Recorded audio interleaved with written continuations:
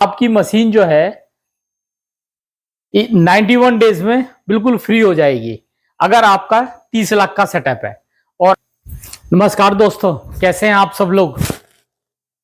दोस्तों आज की जो वीडियो है ये नए और पुराने दोनों लोगों के लिए बड़ी ही जबरदस्त होने वाली है। जैसे जैसे मैं बता रहा हूं उस हिसाब से आप बिल्कुल परफेक्ट तरीके से चलते रहे तो आपकी मशीन जो है 91 डेज में बिल्कुल फ्री हो जाएगी अगर आपका 30 लाख का सेटअप है। और अगर उससे कम का सेटअप है आप तो उस हिसाब से आप खुद ही कैलकुलेट कर लीजिएगा कि आपकी मशीन कितने दिन में फ्री हो जाएगी। ठीक है, तो चलिए वीडियो को शुरू करते हैं। देखिए हमारी जो मैं अपनी मशीन से आपको पे बता रहा हूं, आप इससे रिलेट कर लीजिएगा। ठीक है, जैसे अपनी मशीन जो है 8/4 की है, ठीक, और इस सेटअप को लगाने के लिए एक मोटा मोटा मैं अमाउंट बताता हूं कि लगभग 30 लाख का। ठीक है, 30 लाख का तो इसका पूरा का पूरा अमाउंट हो गया। ठीक है, आपका 30 लाख का ये हो गया पूरा सेटअप। ओके, उसके बाद आपकी आ जाती है कि आपकी मशीन जो है कितने दिन में बिल्कुल फ्री हो जाएगी, आप कर्जा मुक्त हो जाएंगे। ठीक है, तो उसमें क्या है कि डेली आपकी मशीन जो है 4 घंटे चलनी चाहिए और महीने के 25 दिन। ठीक है, तो मैं आपको एक एक करके बताते जाता हूं और कैलकुलेशन भी बताते जाऊंगा और उसको ध्यान से आप अपने हिसाब से भी कैलकुलेट करके देख लीजिएगा।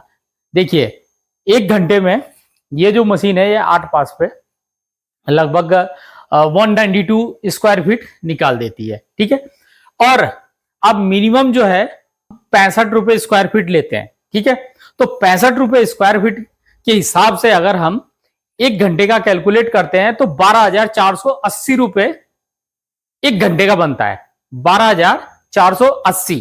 ठीक है, प्रिंटिंग कॉस्ट जो निकाल देते हैं, जो इसकी खर्चा निकाल देते हैं, तो आपको जो नेट प्रॉफिट होता है, नेट प्रॉफिट जो होता है वो आपका होता है 9,600 रुपए पर आवर। 1 घंटे में आपको जो कमा के दे रही है मशीन वो 9,600 रुपए कमा के दे रही है। ठीक है, आप इसे कैलकुलेट कर लीजिए 4 घंटे से।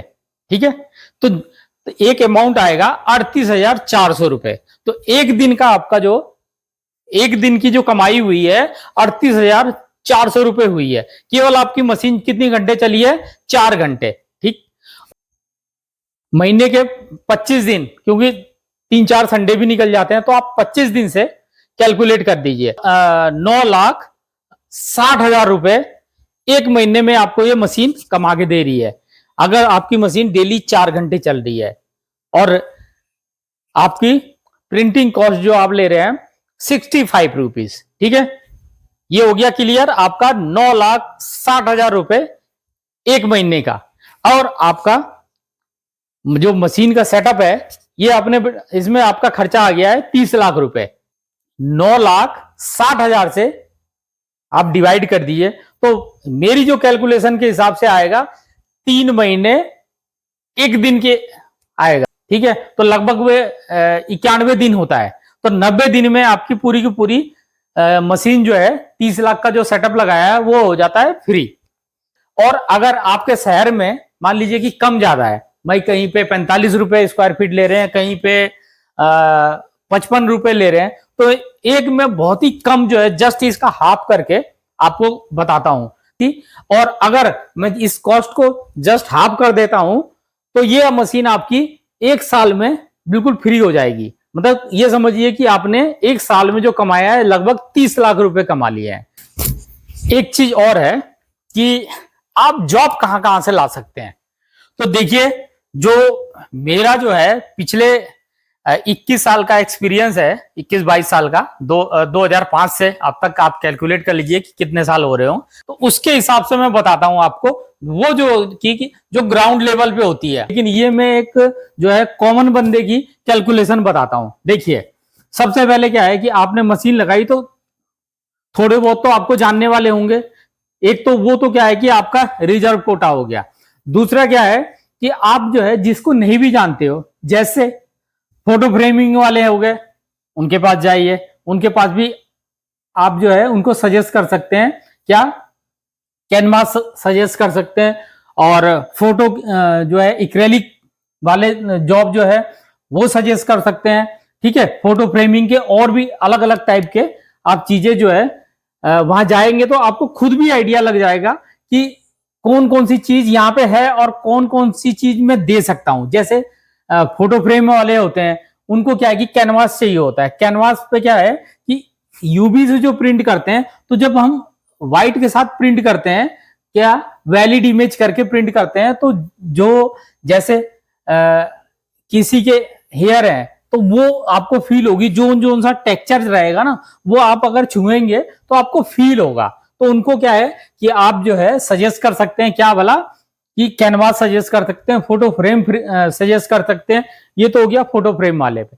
फिर क्या है कि जो शॉप होती हैं अलग अलग, जैसे आपकी केमिस्ट की शॉप हो गई और शॉप हो गई, तो हॉस्पिटल वहां पे भी जा सकते हैं। वहां पे क्या है कि नेम प्लेटें लगी रहती हैं, डॉक्टर की मतलब रूम के बाहर जो लगी रहती है, नेम प्लेट हो सकती है, रूम प्लेट हो सकती है, बहुत सारी चीजें होती हैं, वो भी आप उनके क्या है कि सजेस्ट कर सकते हैं। देखिए क्या है कि जब तक आप जाएंगे नहीं, काम तो क्या है कि देखिए अपने हिसाब से आएगा, लेकिन क्या है कि आपने जो सेटअप लगाया है और जो वहां पे एम्प्लॉय हायर कर रखे हैं, उनको आपको सैलरी देनी है, और नए हैं तो थोड़ा टाइम लगता है। जब तक क्या है कि कहता है ना, एक कहावत है कि बिना मरे स्वर्ग नहीं मिलता है।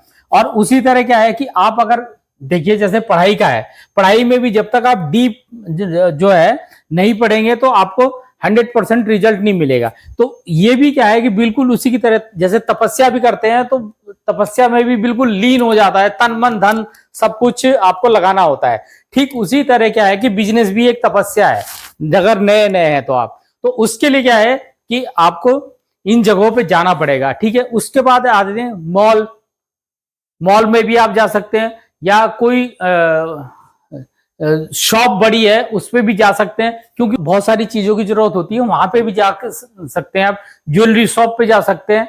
तो यहाँ पे आप जाएंगे तो आपको कहीं ना कहीं से, जरूरी नहीं है कि 10 जगह गए तो 10 की 10 जगह आपको काम मिल गया, ऐसा नहीं है। हो सकता है कि 10 जगह में से 5 जगह का काम मिल गया, 5 जगह का क्या है कि लोग धीरे धीरे 1 महीने में 2 महीने में आपके पास जो है आएंगे। और इस एक तरीका और है इसका, क्या है कि अपना विजिटिंग कार्ड जरूर लेके जाएं। भाई कई बार क्या होता है, लोग बिजी रहते हैं, आपको टाइम नहीं दे पाते हैं, तो आप क्या है कि वहां अपना कार्ड रख दीजिए और थोड़ा सा बोल के निकल जाइए। ठीक है कि सर मेरा ये जॉब है, कुछ सेवा होगी तो मेरे को बताना। तो आपने कार्ड रख के गए हैं, उनसे मिल के आए हैं, तो वो बंदा सोचेगा कि यार बंदा मेरे पास चल के आया था। और क्या है कि शुरू शुरू में एक चीज और भी आपको ध्यान देनी है कि आपके पास जो आए तो उसे जाने नहीं देना है, मतलब रेट टू रेट आपको भी देना पड़े तो आप दे दें। ये एक खास पॉइंट है कि अगर आप पड़ोस में किसी के काम कर रहे होते हैं ना, तो पड़ोसी की भी अगर नीड रहती है तो वो भी करा लेता है। आपने इनको क्या है रेट टू रेट दिया, कुछ मार्जिन के साथ, जो भी आपका मार्जिन आपको सुटेबल लगता हो उस मार्जिन के साथ आपने उनको रेट देना है। फिर वो अगर काम कराता है, हो सकता है कि तीसरा भी करा ले। तो ये तरीका होता है। और एक तरीका और है, ठीक है, 2 तरीके मैंने आपको बता दिए। ठीक, एक तरीका ये है कि आप जो है जब मार्केट थोड़ा सा पैकअप हो जाए तो बाहर से क्या कि दुकानों के जो बोर्ड हैं उनको गौर करते हुए जाइए। ठीक है, उनको गौर करते देखिए, किसी के लेटर 4 लेटर है तो उसमें से एक बंद हो रखा, किसी का बोर्ड है, पता चला कि आधे बोर्ड में लाइट जल रही है, आधे में नहीं जल रही है। तो वहां पे क्या है कि लगभग हर बोर्ड पे नंबर लिखा रहता है, कहीं ना कहीं आपको कॉन्टेक्ट नंबर मिल जाएगा। अगर नहीं भी मिलता है तो आप उनसे पर्सनली जाके मिल लीजिए। ठीक है, और रात के टाइम आप मान लीजिए कि दुकान बढ़ चुकी है, वहां पे नंबर है, आप उस नंबर को नोट कर लीजिए और नंबर नोट करके उनसे बात कीजिए। और उसमें क्या है कि आप उनसे बात कीजिए कि भाई मैं आपको ये सर्विस दे सकता हूं। आजकल क्या है कि सर्विस की सबसे बड़ी दिक्कत है हमारे फील्ड में भी। क्या है कि आज आपको एक जो है, ये थोड़ा इससे हट के एक बिजनेस की बात बता रहा हूं। आज के टाइम पे ना व्यापारी कम है, व्यापारी अपने कस्टमर को कभी नहीं छोड़ता है। वो क्या है कि बिल्कुल रेट टू रेट भी देना पड़े ना किसी कंडीशन में, तो व्यापारी दे देता है। लेकिन जो ब्रोकर होते हैं ना, वो क्या है कि वन टाइम का बिजनेस करते हैं, ठीक। और ज्यादातर मैंने देखा है कि 90% जो है वो जो है अब वन टाइम का बिजनेस करते हैं, तो परेशान रहेंगे। जो व्यापारी सही रहेगा वो आपको क्या है कि रात को नहीं तो सुबह आपको जरूर रिप्लाई करेगा, तो इस चीज का थोड़ा ध्यान देना पड़ता है। तो चलिए, ये तो हो गई एक अलग बात। तो मैंने जो तीसरा आपको बताया है कि इस तरह करके आप जो है सरकारी दफ्तरों में भी जा सकते हैं, जैसे नगर निगम, हर जगह आपको ये गौर करना होगा कि आपके नजदीक में मॉल है, नगर निगम है, और भी कोई सरकारी दफ्तर है, वहां जाके आप, क्योंकि हर जगह क्या है कि बजट ठीक ठाक आता है, तो इन जगहों पे आपको जाके काम मिल सकता है। तो ये मैंने आपको क्या है कि मशीन की पूरी कैलकुलेशन भी बता दी और कैसे बिजनेस करना है ये भी बता दिया। दोस्तों, इसमें क्या है कि मेरे ख्याल से मैंने कुछ नहीं छोड़ा। अगर आपको फिर भी लगता है कि कुछ चीजें आपको मैं बताना भूल गया हूं तो कमेंट कीजिएगा, उसका भी जवाब दूंगा। हाँ, एक चीज और जो है अब मेरे को ध्यान आया वो बता देता हूं। इसमें क्या है कि आपको कैलकुलेशन करना जरूरी है, हर एक चीज की आपको कैलकुलेशन निकालनी है। देखिए, आपको पता है कि अब मैं जैसे मैंने बता दिया कि 15 रुपए स्क्वायर फीट में आपके सारे खर्चे आ जाते हैं, लेकिन क्या है कि आपको ये सही कैलकुलेट भी करना है। और अगर आपको इसका नहीं आइडिया है तो उसके लिए क्या है कि मैंने एक वीडियो बना रखी है, इसमें ऑलरेडी डाली हुई है, उसको आप जाके देख लीजिएगा। कोशिश करूंगा कि डिस्क्रिप्शन में इसका लिंक डाल दूं, और उस वीडियो को आप देख लेंगे तो आपके सारे जो है जो कैलकुलेशन है, निकालने का तरीका जो है वो आपको उसमें पता लग जाएगा। तो दोस्तों, ये वीडियो आपको कैसी लगी, और वीडियो अच्छी लगी हो, अगर आपको लगता है कि मेरे द्वारा दी गई जानकारी बिल्कुल सही है, वो भी क्या है कि आप एक दफे कैलकुलेट करके देख लीजिएगा, उसके बाद जो है मुझे कमेंट जरूर करिएगा, और चैनल को सब्सक्राइब करेंगे तो अच्छा लगेगा। बाकी मिलते हैं किसी नेक्स्ट वीडियो में, तब तक के लिए नमस्कार।